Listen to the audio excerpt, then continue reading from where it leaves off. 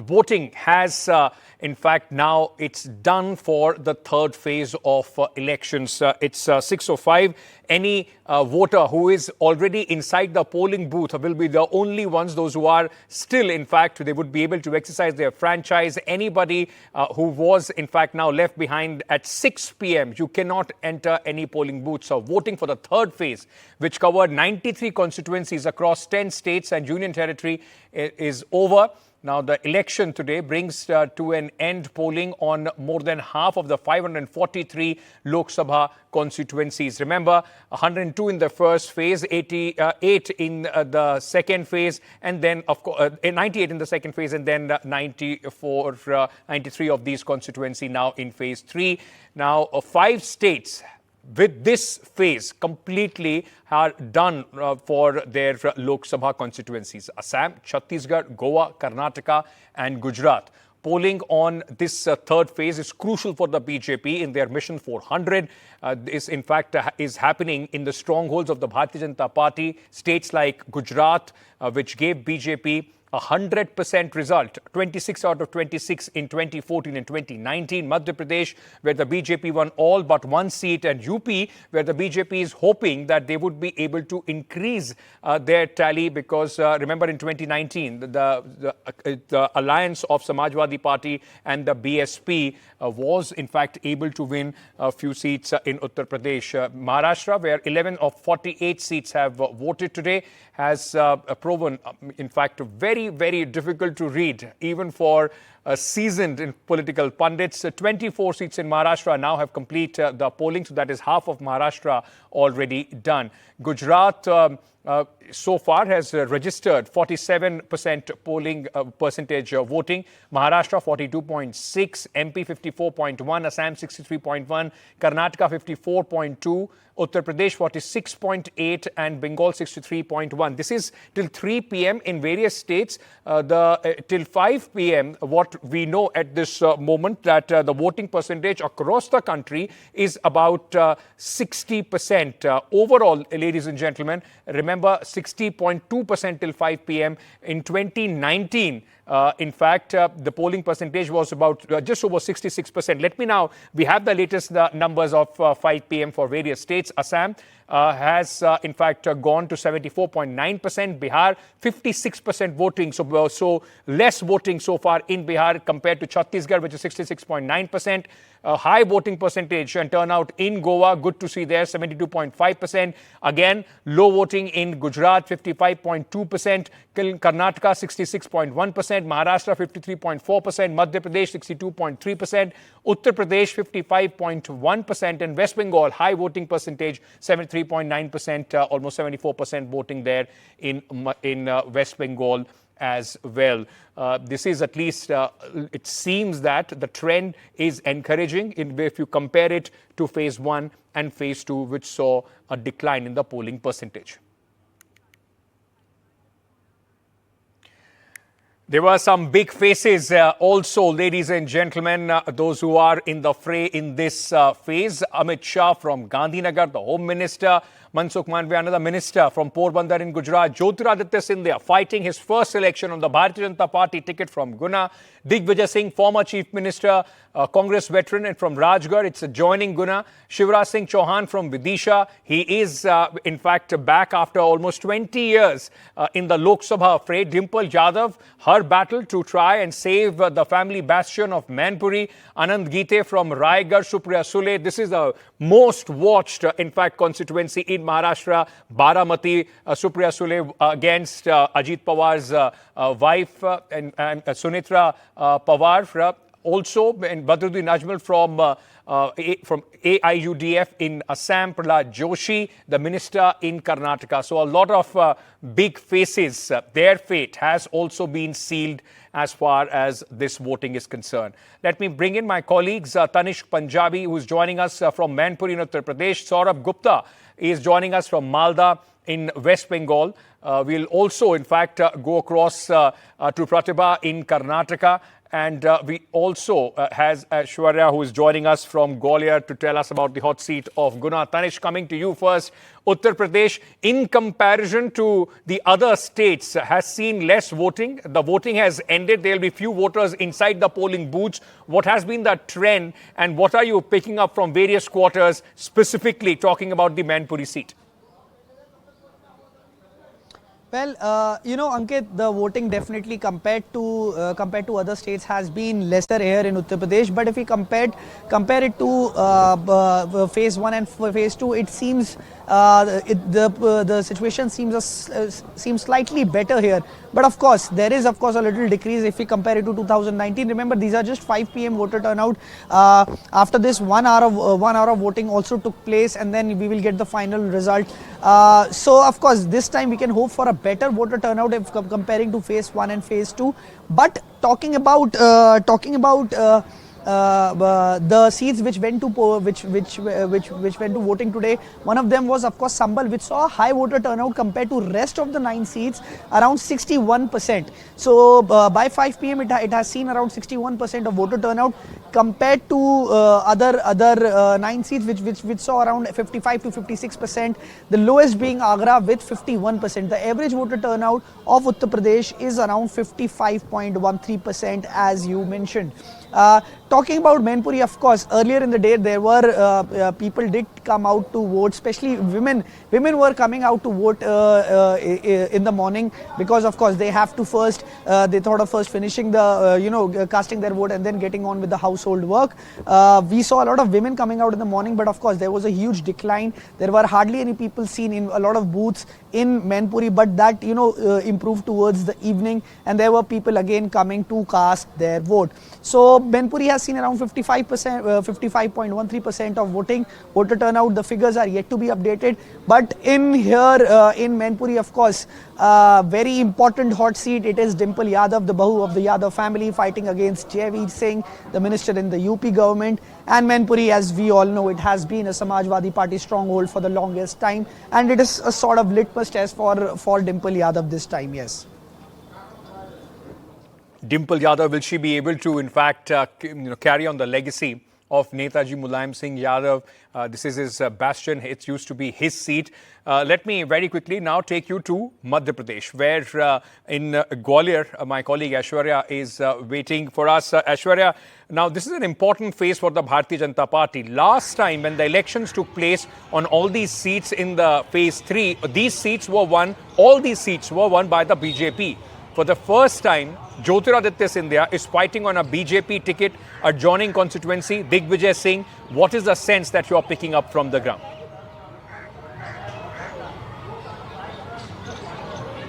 Well, Ankit, all day it was super heat. In fact, the temperature rose to 42 degrees Celsius since 1 p.m. and all that evening we saw those polling stations completely vacated, and there were very less voters who come out in the afternoon, but in the morning we saw a huge crowd, long queues at the polling stations, and therefore the reason perhaps Madhya Pradesh till 5 p.m. had casted almost 62% of the voting turnout. Interestingly, in Rajgarh, where Digvijay Singh was one of the contender this time against Rodmal Nagar, who was a two-time MP, it was 72% till 5 p.m. Very high turnout there, and the lowest went in Bhind till 5 p.m. We got to know that only 50% of voting turnout was done. Interestingly, if we talk about Guna constituency, Jyotiraditya Scindia usually votes early in the morning. He goes to his constituency later in a day, but today, this time when he was contesting from Bharatiya Janata Party for the very first time, as I mentioned, interestingly, he went to his constituency for the whole day. He travelled almost 250 kilometers in and out, Guna, Shivpuri, Ashoknagar constituency, oversee the entire polling preparedness, and later in the evening at around 5:30, just half an hour back at the polling station where I am, casted his vote and stated that This time in phase 3, we are witnessing a higher percentage as compared to phase 1 and phase 2. So, he was happy with people coming out to vote, but this high percentage, where will it swing? It's something that remains to be seen. But as we mentioned, for Madhya Pradesh, it is just not Jyotiraj Scindia high-profile face or Digvijay Singh, but Shivraj Singh Chauhan, again, former Chief Minister of Madhya Pradesh, contesting in the Lok Sabha constituency, and there as well a high percentage of voter turnout was seen. Of course, there were local issues as well, but when we spoke to, by and large, the voters out here in Gwalior, Chambal region, they clearly said that development is something that they are looking forward. National agenda is something that is on their minds, and local,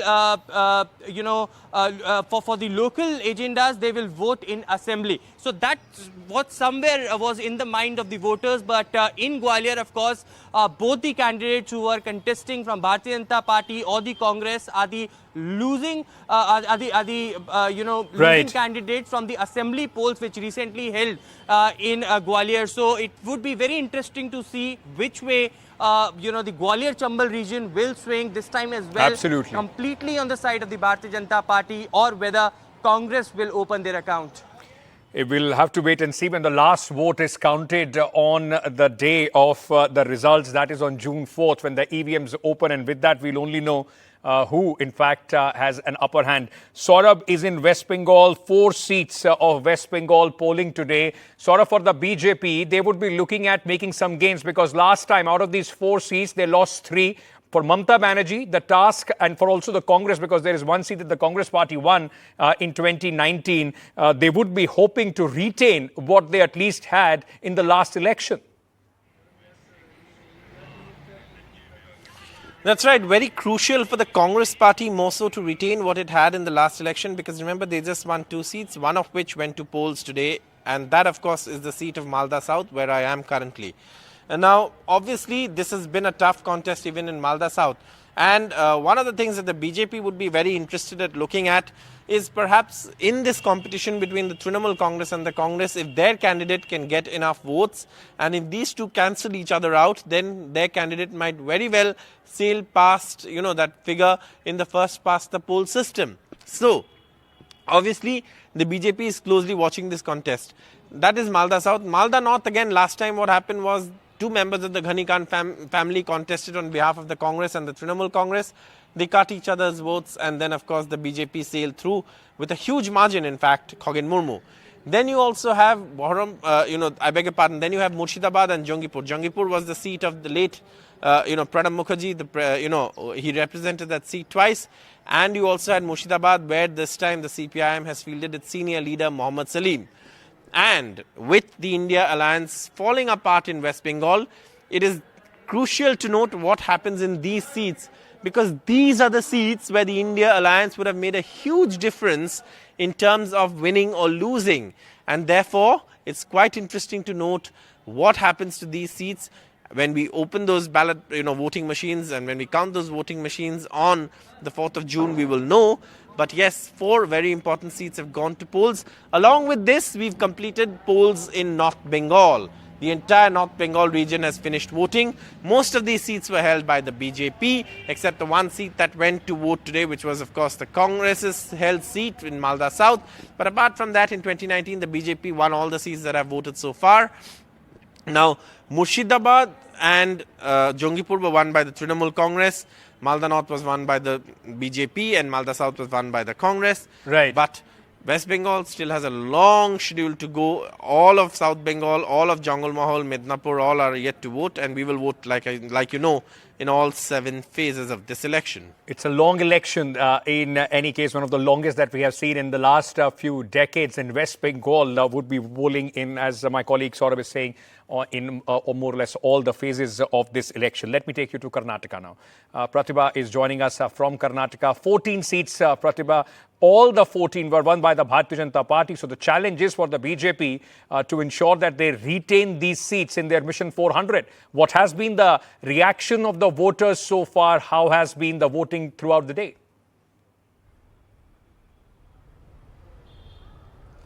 Well, like you rightly said, yes, all 14 constituencies where the BJP has been ruling the roost as far as 2019 is concerned, and they're hoping to repeat that with this particular election as well.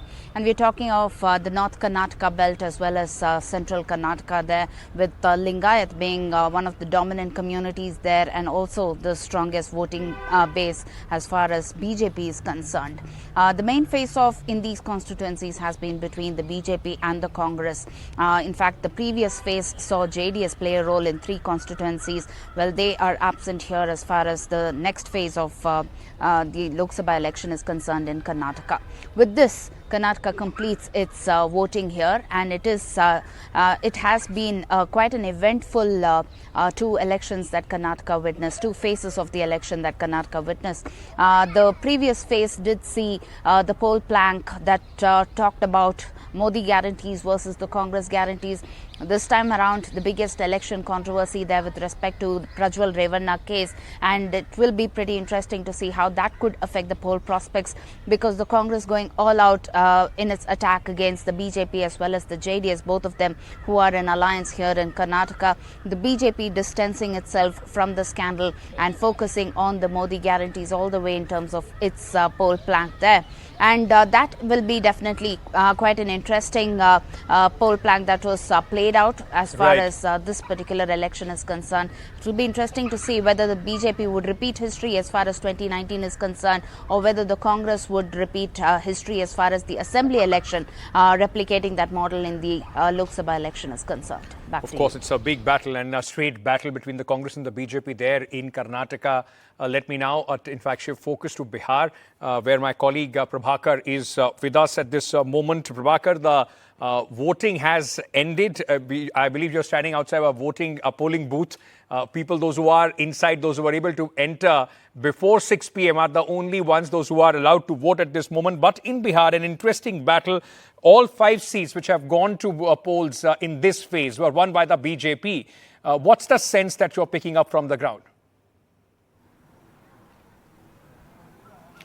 See, there's a very interesting dynamics playing out here. The 5 Lok Sabha seats which actually went to polls today, they fall in the Kosi and the Mithilanchal region of Bihar. Right from Supaul, Araria and Madhepura, they're in the Kosi region, while Jhanjharpur and Khagaria happens to be in the Mithilanchal region. Remember, this entire region has a very strong Muslim minority population and also the Yadav population. So it's considered to be stronghold of RJD, parties like RJD and Congress. But interestingly, they have numbers in the state assemblies, they have MLAs out here, but they were not able to score numbers as far as the Lok Sabha seats are concerned. So the real challenge for actually India Alliance is to dent into these 5 seats. This is the chance for them. This is their moment actually, when actually they can dent into the NDA's 5 seats which were contested today. And they could have, they can score numbers out here. And for the BJP, for the NDA, the challenge is to retain these numbers, because they know that going by the caste equations on the ground, it's a forte of RJD, it's a stronghold of RJD, and that's the reason why they have been doing well in the state assembly in this entire region of Kosi and Mithilanchal region. Biankit. Right, Prabhakar. In fact, he's right. India Alliance would be hoping, the India bloc, that they would be able to wrest few seats from the BJP and the NDA if they want to be in reckoning as far as the next 4 phases are concerned. Very quickly, let's shift focus to Gujarat, where my colleague Radhika is joining us at this moment. Radhika, before, up till about 6 months back, when the elections were yet to be announced, Gujarat was seen as a done deal after the massive victory of the BJP in the recently held, state assembly elections. What's the sense and the mood that you have been able to pick up Gujarat with this phase? All seats are done. Certainly, it looks like a done deal because we did speak to several of the voters. As far as the seats are concerned, yes, 25 seats went to polls. 26th seat already in BJP's kitty, with Surat candidate going unopposed. So therefore, BJP already winning 1 seat, even just ahead of the election. Today, of course, Prime Minister Modi, Amit Shah doing that show of strength. of sorts, and also making that road show, asking people to come out in large numbers. But interestingly, we didn't see that kind of turnout this time, 55% till 5 p.m. In many of the polling booths that we went to, there were long queues in the morning, but not post 3 p.m. So it looks like the turnout may be less. But as far as the seats are concerned, yes, this is BJP dominant. Gujarat is the forte and forte of Prime Minister Modi and Amit Shah. 2014, 2019 clean sweep as far as all 26 seats are concerned. This time Congress trying to make some sort of breakthrough by allying with the Aam Aadmi Party, 2 seats with AAP, while Congress has 24 seats. So that's the India bloc arrangement they came up with for Gujarat. So will they, be able to secure a few seats, win a few seats, remains to be seen. Also, they're playing on some sort of anti-incumbency sentiment. They're hoping for that, or voter fatigue, and also Kshatriya community were unhappy with the BJP, with one of the BJP leaders here over a comment made. So therefore, there were protests against the BJP as a result. So now, we'll have to see whether all that could be disadvantage BJP in 1 or 2 seats. But BJP very confident of the victory. They're not talking about winning. They're talking about huge margins by which they will win. Amit Shah, Absolutely. Many political observers believe could win by 10 lakh, or other constituencies 5 lakh. But yes, Congress, it is a challenge for the Congress. But with allying with the Aam Aadmi Party and taking some of the Kshatriya sentiments into account, Congress feels they could make a breakthrough.